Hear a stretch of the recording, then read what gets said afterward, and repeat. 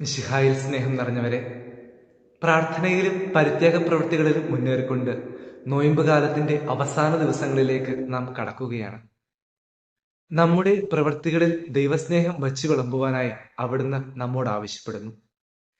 ദൈവത്തിന്റെ ശബ്ദമായി മാറിയിട്ടും തിരസ്കരിക്കപ്പെടുകയും കല്ലെറിയപ്പെടാൻ പോവുകയും ചോദ്യം ചെയ്യപ്പെടുകയും ചെയ്യുന്ന ജെറമിയ പ്രവാചകനെയും യേശുവിനെയും ഇന്നത്തെ വായനകളിൽ നാം കാണുന്നുണ്ട്. എന്നാൽ പിതാവ് അവനിലും അവൻ പിതാവിലുമാണെന്ന് മറ്റുള്ളവർക്ക് മനസ്സിലാകുവാനായി യേശുവിന്റെ പ്രവൃത്തികൾ തന്നെ ധാരാളമായിരുന്നു. നമ്മുടെ ജീവിതത്തിലും അവിടുത്തെ പ്രവൃത്തികൾ പ്രതിഫലിപ്പിക്കുവാനാണ് അവിടുന്ന് നമ്മോട് ആവശ്യപ്പെടുക. സുവിശേഷം പ്രഘോഷിക്കുക, ആവശ്യമെങ്കിൽ മാത്രം വാക്കുകൾ ഉപയോഗിക്കുക എന്ന് പറഞ്ഞത് അസീസിയിലെ വിശുദ്ധ ഫ്രാൻസിസ് ആണ്.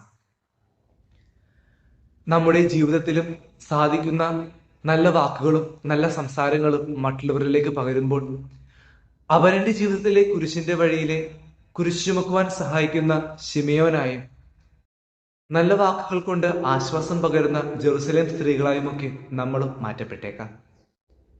ജീവിതത്തിൽ സാധിക്കുന്ന അവസരങ്ങളിലെല്ലാം കാരുണ്യപ്രവൃത്തികൾ കൊണ്ട് ജീവിതം നിറച്ച മദർ തെരേസയും സഹനക്കിടക്കയിൽ പോലും പ്രാർത്ഥനകൾ കൊണ്ട് മറ്റുള്ളവരെ സഹായിച്ച അൽഫോൻസാമയും വൈദികരും സന്യസ്തരുമൊക്കെ നമ്മുടെ ചുറ്റും ജീവിച്ചു പോയവർ തന്നെയാണ്. സാധിക്കുന്ന അവസരങ്ങളിലെല്ലാം നമ്മുടെ പ്രവർത്തികൾ കൊണ്ട്, നമ്മുടെ വാക്കുകൾ കൊണ്ട് അവിടുത്തെ മറ്റുള്ളവരിലേക്ക് പ്രഘോഷിക്കുവാനായി നമുക്കും പരിശ്രമിക്കാം. ഈ നോയമ്പ് കാലത്തും ഇനിയുള്ള പെസഹ കാലത്തും